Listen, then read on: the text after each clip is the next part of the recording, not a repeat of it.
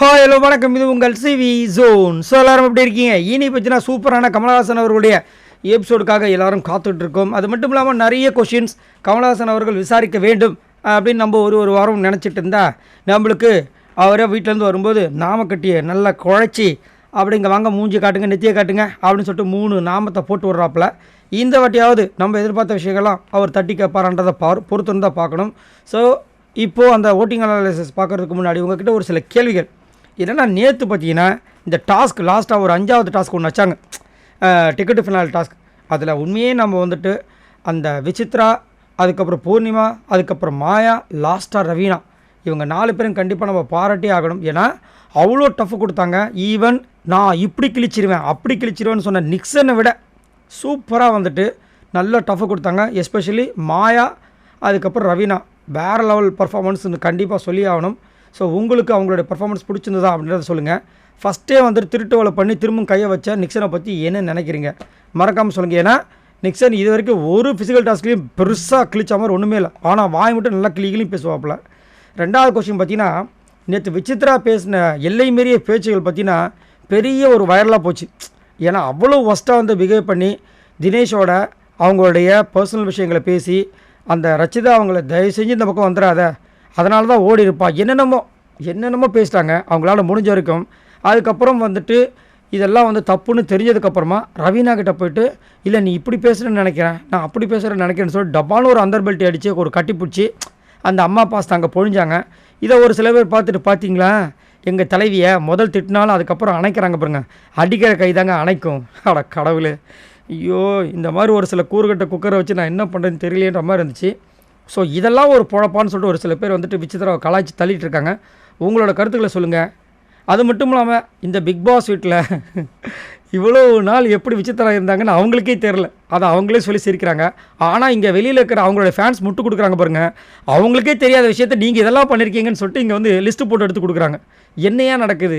Right. 3வது question பார்த்தீங்கன்னா, பூர்ணிமா வந்துட்டு விஷ்ணு எப்படியாவது இந்த டிக்கெட்டு ஃபினாலே டாஸ்க் டிக்கெட்டை வாங்கிடுவார், அதனால் நம்ம விடக்கூடாதுன்னு சொல்லிட்டு நிக்சன் கூட ஒரு பார்ட்னர்ஷிப் மாதிரி போட்டு ஃபஸ்ட்டு டீம் அப்போ நின்ட்டாங்க. இந்த பக்கம் பி டீம், இந்த பக்கம் புள்ளி டீம் அப்படி நின்ட்டாங்க.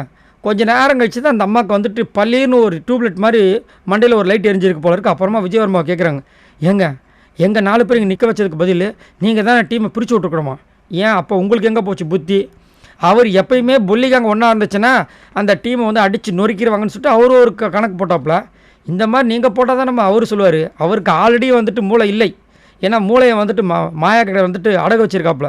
கொஞ்சம் நாளைக்கு நீங்கள் என் மூளையை வச்சுக்கோங்க, இப்போதைக்கு நான் உங்கள் சொம்பாவே இருக்கேன்ற மாதிரி. அவர்கிட்ட போய் இதெல்லாம் கேட்டால் அவர் என்ன பண்ணுவார் பாவம்? அவர் மூளைக்கு மண்டைக்கெல்லாம் சேர்த்து ஒரு ஊடி பாபா அந்த கேப் போட்டு விட்டாப்புல. ஒன்றும் சொல்கிறதுக்கு இல்லை. ஸோ நீங்கள் நேற்று பார்த்து என்ஜாய் பண்ணிக்கலான்றதை சொல்லுங்கள். இப்போ வாங்க அந்த அனாலிசிஸ் வீடியோக்குள்ளே போகலாம். அனாலிசிஸ் ஃபோனில் யார் டாப்பில் இருக்கா அப்படி பார்த்தீங்கன்னா தினேஷ். இவர் எவ்வளோ ஓட்ஸ் வாங்கியிருக்காரு அப்படி பார்த்தீங்கன்னா 2,33,063 ஓட்ஸ் வாங்கியிருக்காப்புல. ஓட்டிங் பர்சன்டேஜ் பார்த்தீங்கன்னா 20.76. ஸோ தினேஷோட கேம் நல்லா இருக்குது. அது மட்டும் இல்லாமல் தினேஷும் கொஞ்சம் உரண்டையில் இருக்கிற விஷயங்களை விசித்ரா கிட்டேருந்து கம்மி பண்ணிக்கிட்டால் நல்லது. ஆனால் தினேஷையும் விசித்ராவையும் ஒன்றா வச்சு மாயாவும் பூர்ணிமாவும் பேசுகிறாங்க. ஏங்க ஒரு அம்மாவும் பையனையும் ஒன்றா வச்சு பேசுகிறாங்க. இந்த விசித்ரா சிரிச்சுக்கிட்டு இருக்காங்க. என்னங்க நடக்குது? இது விசித்ராவுக்கு ஒரு குடும்பம் இருக்காங்க, ஒரு ஹஸ்பண்ட் இருக்கார், 3 குழந்தைங்க இருக்காங்க, ஒரு பசங்க இருக்காங்க. தினேஷ்க்கும் அந்த பையனுக்குமே வந்து எனக்கு தெரிஞ்ச ஒரு 2 வயசு 3 வயசு தான் பெரியவராக இருப்பா போல இருக்குது. இப்படி வந்து இணைச்சி வச்சு பேசலாமா? ஒரு அம்மா ஸ்தானத்தில் இருக்கிறவங்க இதெல்லாம் வந்து தட்டி கேட்க வேண்டாமா? சிரிக்கிறாங்கங்க. எங்கெங்க இதை போய் சொல்கிறதுன்ற மாதிரி தெரில.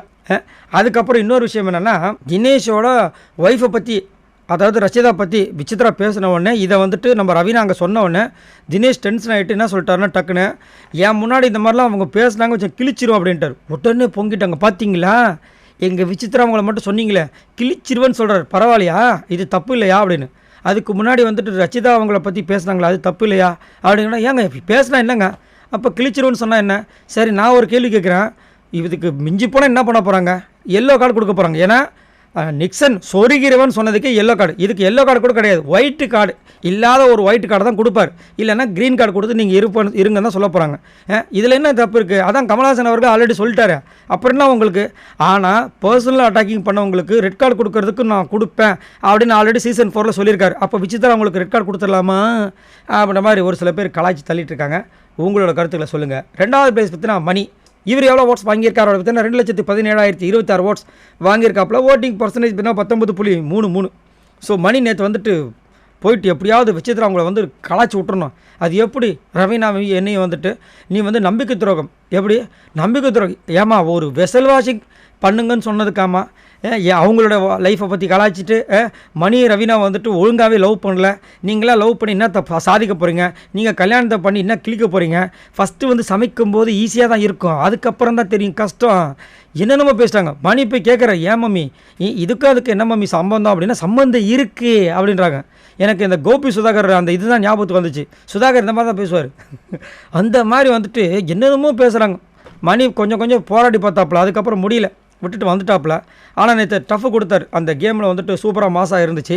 உங்களுக்கு மணியோட கேம் பிடிச்சிருக்கான்றதை சொல்லுங்கள். 3வது பிளேஸ் பார்த்தீங்கன்னா விஷ்ணு. இவர் எவ்வளோ ஓட்ஸ் வாங்கியிருக்காரு அவரை பார்த்தீங்கன்னா 1,95,125 ஓட்ஸ் வாங்கியிருக்காப்புல. ஓட்டிங் பர்சன்டேஜ் பார்த்தீங்கன்னா 17.38. நேற்று மனுஷன் ஒரு செம்ம காமெடி பண்ணார். ஏன்னா விசித்ரா வந்துட்டு நேற்று பேசுகிற விஷயங்கள் எல்லாருக்கும் செம காண்டாயிடுச்சு. ஸோ இவங்களை வந்து எப்படியாவது வச்சு செய்யணும்னு சொல்லிட்டு வெயிட் பண்ணிட்டு இருந்தாங்க. நம்ம விஷ்ணுவும் வெயிட் பண்ணிட்டு இருந்தார். அப்போ வந்துட்டு உருளைக்கிழங்கு உரிச்சிட்டு இருக்காரு. இவங்க வந்து சீக்கிரம் அப்படின்ட்டு இருக்காங்க. நான் ஒன்றும் ரோபோட் இல்லைன்னு இருக்கார் இவர். உடனே அவங்க ஒரு சின்ன 2 வயசு குழந்தை உரிக்கும் அப்படின்னாங்க. யாராவது நம்புவாங்களா? 2 வயசு குழந்தை எப்படிங்க? முதல் பால் குடிக்கவே தெரியாது அந்த குழந்தைக்கு. அதை போயிட்டு உருளைக்கிழங்கு உரிக்க தெரியும்னு சொன்னால் கலாய்க்க மாட்டாங்க. அவர் வச்சு செஞ்சுட்டார். அது எப்படி மேடம்? குழந்தைக்கு முதல் சாப்பிட ஒழுங்க தெரியாது, அந்த குழந்தை எப்படி உருளைக்கிழங்கு உரிக்கும்னு சொல்லிட்டு கலாய்ச்சி அதுக்கப்புறம் பங்கமாக வந்துட்டு ஒரு சில கவுண்டெலாம் கொடுத்தோடனே விசித்ரா செம்ம டென்ஷன் ஆகிட்டாங்க. ஆனால் இதெல்லாம் அவங்களுக்கு தேவை. ஆனாலும் அதெல்லாம் வந்து தொடச்சி போட்டு அவங்களாம் போயிட்டுருக்காங்க. என்னத்த சொல்கிறது? 4வது பிளேஸ் பார்த்தீங்கன்னா ரவீனா. இவங்க எவ்வளோ ஓட்ஸ் வாங்கியிருக்காங்க அப்படி பார்த்தீங்கன்னா 1,49,455 ஓட்ஸ் வாங்கியிருக்காங்க. ஓட்டிங் பர்சன்டேஜ் பார்த்தீங்கன்னா 13.31. நான் ஸ்டார்டிங்கில் ஒரு விஷயத்தை வந்து மென்ஷன் பண்ணேன். என்னென்னா போன வாரம் ரவீனாவுக்கு சரியான ஓட்ஸ் வந்துச்சு. இந்த வாரம் ஸ்டார்டிங்லேருந்து ரவீனாவுக்கு ஓட்டு கம்மியாக இருந்துச்சு. ரவீனாவுக்கு மேலே விஜயவர்மா இருக்கிற அளவுக்கு ஓட்டு கம்மியாக இருந்துச்சு. ஏன் எனக்கு ஒரு டவுட் இருக்குதுன்னு சொல்லும்போது நிறைய பேர் என்ன சொல்லியிருந்தீங்கன்னா, இல்லைங்க மணி வந்துட்டு எவிக்ஷனில் வரல, அதனால் மணியோட ஓட்டு சேர்ந்து அவங்களுக்கு வந்ததுனால தான் அவங்களுக்கு அவ்வளோ ஓட்ஸ் வந்துச்சு அப்படின்னு சொல்லியிருந்தீங்க. பட் மணி இல்லாத நாட்கள்லையும் முன்னாடி ரவீனா வந்த டைம்ஸ்லாம் அதிகப்படியான ஓட்டு ரவீனாவுக்கு வந்திருக்கு. இந்த வாரம் பர்டிகுலராக பார்த்தீங்கன்னா அவங்களோட ஓட்டிங் கிராஃப் எடுத்து பார்த்தீங்கன்னா ரொம்ப கம்மி. ஸோ அப்போவே நம்மளுக்கு ஒரு டவுட் வந்துச்சு. இப்போது இன்றைக்கி கிடைத்த தகவல் படி இவங்க தான் வெளியே போக போகிறாங்கன்ற ஒரு நியூஸும் வந்திருக்கு.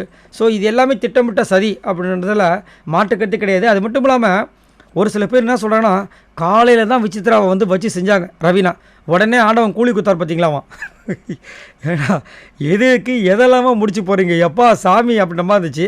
உங்களோட கருத்துக்களை சொல்லுங்கள். 5வது பிளேஸ் பார்த்தீங்கன்னா விஜயவர்மா. இவர் எவ்வளோ ஓட்ஸ் வாங்கியிருக்காரு அப்படி பார்த்தீங்கன்னா 1,24,385 ஓட்ஸ் வாங்கியிருக்காப்புல. ஓட்டிங் பர்சன்டேஜ் பார்த்தீங்கன்னா 11.08. ஐயோ என்னத்த சொல்கிறது? விஜயவர்மா கிட்ட ஏதாவது ஒரு கேம் இருக்கா? ஒன்றும் கிடையாது. நல்லா வந்துட்டு ஃபோர்ஜரி வேலை, கிரிமினல் வேலை, சொம்பு தூக்குற வேலை, இதை மட்டும் பண்ணுறதுக்கு எதுக்குப்பா? இதுக்கு வந்து நீங்கள் இவரை வெளியே அனுப்பிச்சிட்டு சரவணன் இருக்கிறமே வச்சுருக்கலாம் போல இருக்கே அப்படின்ற மாதிரி இருந்துச்சு. அது மட்டும் இல்லாமல் ஒரு சில பேர் என்ன கமெண்ட்ஸ் கொடுக்குறாங்கன்னா, இந்த கேமை கொடுக்கறதுக்கு பவச்சுலதரை கண்டிப்பாக வச்சுருக்கலாம்ப்பா, இல்லை அனன்யா கூட உட்கார வச்சுருக்கலாம், அனன்யாவது கஷ்டப்படுறவங்களுக்கு போய் அரவணைச்சு அதெல்லாம் ஃபீல் பண்ணாதீங்கன்னு சொல்லிட்டு இருந்தாங்க. இந்த விஜயவர்மா ஃபுல்லாக வந்துட்டு சொம்பு தூக்குற வேலை மட்டும்தான் பண்ணிட்டுருக்காரு அப்படின்ற மாதிரி வச்சு செய்கிறாங்க. இதில் என்ன கொடுமைனா விஜயவர்மாவுக்கு ஓட்டு கம்மியாக தான் இருக்குது. இவரை விட்டுட்டு ரவீனா மேலே கை வச்சுருக்காங்க பாருங்கள். என்னத்த சொல்லுவீங்க? 6வது பிளேஸ் பார்த்தீங்கன்னா நிக்சன். இவர் எவ்வளோ ஓட்ஸ் வாங்கியிருக்காரு அப்படி பார்த்தீங்கன்னா 1,08,444 ஓட்ஸ் வாங்கியிருக்காப்புல. ஓட்டிங் பர்சன்டேஜ் பார்த்தீங்கன்னா 9.66. எப்பயுமே பார்த்தீங்கன்னா ஜென்ஸ் வந்து கொஞ்சம் லேடிஸை விட நான் பயங்கரமாக பர்ஃபார்மன்ஸ் பண்ணுவேன் அப்படின்ற மாதிரி ஒரு சில சீனாவது போடுவாங்க. ஆனால் உண்மையிலே ஆண்களை விட பெண்களை வந்துட்டு ரொம்ப ஸ்ட்ராங்கானவங்க. அது வந்து மாற்றுக்கருத்து கிடையாது. அதை நேற்று நடந்த டாஸ்க்லேயே நிரூபித்து காமிச்சிட்டாங்க. பட் நிக்சன் பார்த்தீங்கன்னா வாயில் வடை சுடுவார் பாருங்க. வாயிலே வந்து வடை, போண்டா, பஜ்ஜி, மிக்ஸி எல்லாமே சுட்டுறாரு. ஆனால் சாப்பிட தான் முடியாது. ஏன்னா வாயில் சுட்ட வடையாச்சு எப்படி சாப்பிட முடியும்? கடைசி வரைக்கும் சுட்டு தான் இருக்கார். ஆனால் இந்த வடையும் பிடிச்சி போய் பிக் பாஸ் வந்து இவரை காப்பாற்றுறதுக்கு என்னென்ன முயற்சிகள் பண்ணுறாங்க பாருங்கள். கொடுமை. என்னத்தை சொல்கிறது? ஆனாலும் அந்த டிக்கெட்டு ஃபினால ஸ்டார்ட் ஆகிறதுக்கு முன்னாடி என் உயிரை கொடுத்து இந்த டாஸ்க்கு நான் செம்மையாக விளையாடுவேன். என்னையா நீங்கள் போங்கயா காமெடி பண்ணிக்கிட்டு அப்படின்ற மாதிரி இருந்துச்சு. லாஸ்ட்டாக பார்த்தீங்கன்னா மாயா. இவங்க எவ்வளோ ஓட்ஸ் வாங்கியிருக்காங்க அப்படி பார்த்தீங்கன்னா 95,199 ஓட்ஸ் வாங்கியிருக்காங்க. ஓட்டிங் பர்சன்டேஜ் பார்த்தீங்கன்னா 8.48. மாயாவை எனக்கு தெரிஞ்சு மாயாக்கெல்லாம் ஓட்டே தேவையில்லைங்க. ஒரு ஓட்டு வந்தாலும் அவங்கள காப்பாற்றுறதுக்கு விஜய் டிவியும் கமலஹாசன் அவர்கள் ரெடியாக இருக்காங்கங்க. ஏங்க நீங்கள் வந்துட்டு மாயாக்கெல்லாம் ஓட்ட போடுறீங்க? அதுக்கு பதில் மேலே யாராவது இருக்காங்களா அவங்களுக்குலாம் ஓட்டு போடலாம்ல அப்படின்ற மாதிரி நிறைய பேர் கருத்தை தெரிவிக்கிறாங்க. ஏன்னா இந்த வாட்டி பார்த்தீங்கன்னா அதிகப்படியாக நாமினேஷன்ஸ்குள்ளே வரவே இல்லை. நம்ம என்ன நினச்சோம் அது எதர்ச்சியாக நடந்துச்சுன்னு. இது எதர்ச்சியாக நடந்தது கிடையாது. திட்டமிட்ட சதின்றது நம்மளுக்கு இவங்க வரும்போதெல்லாம் வந்துட்டு காப்பாற்றுறதுக்கு கமலஹாசன் அவர்களும் பிக் பாஸ் டீமும் முயற்சி பண்ணும்போது ஈஸியாக கிளியராக தெரிஞ்சிருது. ஒன்றும் சொல்கிறதுக்கு இல்லை. ஸோ இதன்படி பார்க்கும்போது கண்டிப்பாக எனக்கு தெரிஞ்சு இந்த வாரம் வெளியே போகாதது மட்டும் கிடையாது, ஃபைனலில் வந்து மாயா தான் டைட்டில் வினராக வர போகிறாங்கன்ற மாதிரி தோணுது.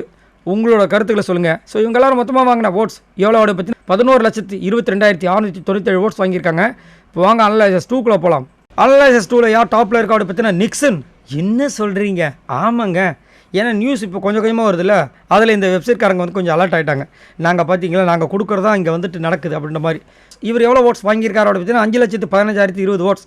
ஸோ நிக்சனை பற்றி சொல்கிறதுக்கு ஒன்றும் இல்லை, சுத்த டம்மி. ரெண்டாவது பிளேஸ் பார்த்தீங்கன்னா மாயா. இவங்க எவ்வளோ ஓட்ஸ் வாங்கியிருக்காங்க அப்படி பார்த்தீங்கன்னா 5,14,780 ஓட்ஸ். ஸோ மாயாவும் சேவ்ன்ற விஷயங்கள் அவங்கங்க போயிட்டுருக்கு இல்லையா, அதனால் அவங்களுக்கு ஓட்டு வந்துருச்சு. ஸோ ஆனால் நேற்று வந்து சம மாதம் கேம் ப்ளே பண்ணாங்க, சூப்பராக இருந்துச்சு. மூணாவது பிளேஸ் பார்த்தீங்கன்னா ரவீனா. இவங்க எவ்வளோ ஓட்ஸ் வாங்கியிருக்காங்க அப்படி பார்த்தீங்கன்னா 5,08,610 ஓட்ஸ். ஸோ ரவீனா எவ்வளோ தான் ஓட்டு வாங்கினாலும் அவங்களுக்கு 3 நாமத்தை போட்டு இந்த வீட்டை விட்டு அனுப்ப போகிறாங்க. என்னத்தை சொல்கிறது. நாலாவது பிளேஸ் பார்த்தீங்கன்னா விஷ்ணு. இவர் எவ்வளோ ஓட்ஸ் வாங்கியிருக்காரு அப்படி பார்த்தீங்கன்னா 5,04,180 ஓட்ஸ். ஸோ விஷ்ணுவோட கேம் சம மாதம் இந்த வாரம் சூப்பராக இருந்துச்சு. அது மட்டும் இல்லாமல் டிடிஎஃப்பில் இவர் தான் அதிகப்படியான பாயிண்ட்ஸும் வாங்கியிருக்காப்புல. என்ன நடக்க போது தெரியல. அஞ்சாவது பிளேஸ் பார்த்தீங்கன்னா மணி. இவர் எவ்வளோ ஓட்ஸ் வாங்கியிருக்காரு அப்படி பார்த்தீங்கன்னா 5,02,300 ஓட்ஸ். ஸோ மணியோட கேம் உங்களுக்கே தெரியும், ஃபிசிக்கல் டாஸ்க்குனாவே கண்டிப்பாக மணி தான். அது மட்டும் இல்லை, ஒரு 2 தப்பை மட்டும் மைனஸ் பண்ணி பார்த்தா இந்த பிக் பாஸ் கேமில் சூப்பரான மாசான ஒரு கேமை கொடுத்துருக்காப்புல, அது வந்து மாற்றுக்கிறதே கிடையாது. ஆறாவது பிளேஸ் பார்த்தீங்கன்னா தினேஷ். இவர் எவ்வளோ ஓட்ஸ் வாங்கியிருக்காரு? 4,98,890 ஓட்ஸ். ஸோ தினேஷோட கேம் சீராக போயிட்டுருக்கு, செம மாதம் பிளான் பண்ணுறாப்புல. ஃபிசிக்கல் டாஸ்க்னால் கண்டிப்பாக அவர் வந்துட்டு அவரால் என்ன பெஸ்ட்டு கொடுக்க முடியுமோ அதை கொடுக்குறாரு. அதே மாதிரி டான்ஸ் மாரத்தான் இருந்தாலும் சரி, நடிக்கிற விஷயங்களாக இருந்தாலும் சரி, அவரால் என்னென்ன விஷயங்கள் கொடுக்க முடியுமோ அதை வந்து செம மாதம் கொடுத்துட்ருக்காப்புல. ஆனாலும் ஓட்டு தான் கொஞ்சம் கம்மியாக வந்துட்டுருக்கு. லாஸ்ட்டாக பார்த்தீங்கன்னா விஜயவர்மா. இவர் எவ்வளோ ஓட்ஸ் வாங்கியிருக்கார் அப்படி பார்த்தீங்கன்னா 1,57,780 ஓட்ஸ். ஸோ நசிக்க போட சொம்பை பற்றி நான் சொல்ல விரும்பலை. சொம்பு எப்பயுமே சொம்பு தான், சரிங்களா? ஸோ இப்படி தான் அனலைசிஸ் பண்ணும். அனலைசிஸ் 2 இருக்குது. உங்களுக்கு எது பிடிச்சிருக்கு, இந்த வாரம் யார் வெளியேற வேண்டும் அப்படின்னு நீங்கள் நினைக்கிறீங்க? கமலஹாசன் அவர்கள் இன்றைக்கி எந்தெந்த பாயிண்ட்ஸ்லாம் டிஸ்கஸ் பண்ணணும்னு நினைக்கிறீங்க? மறக்காமல் கமெண்ட்ஸ் பண்ணுங்கள். பாய் நண்பர்களே.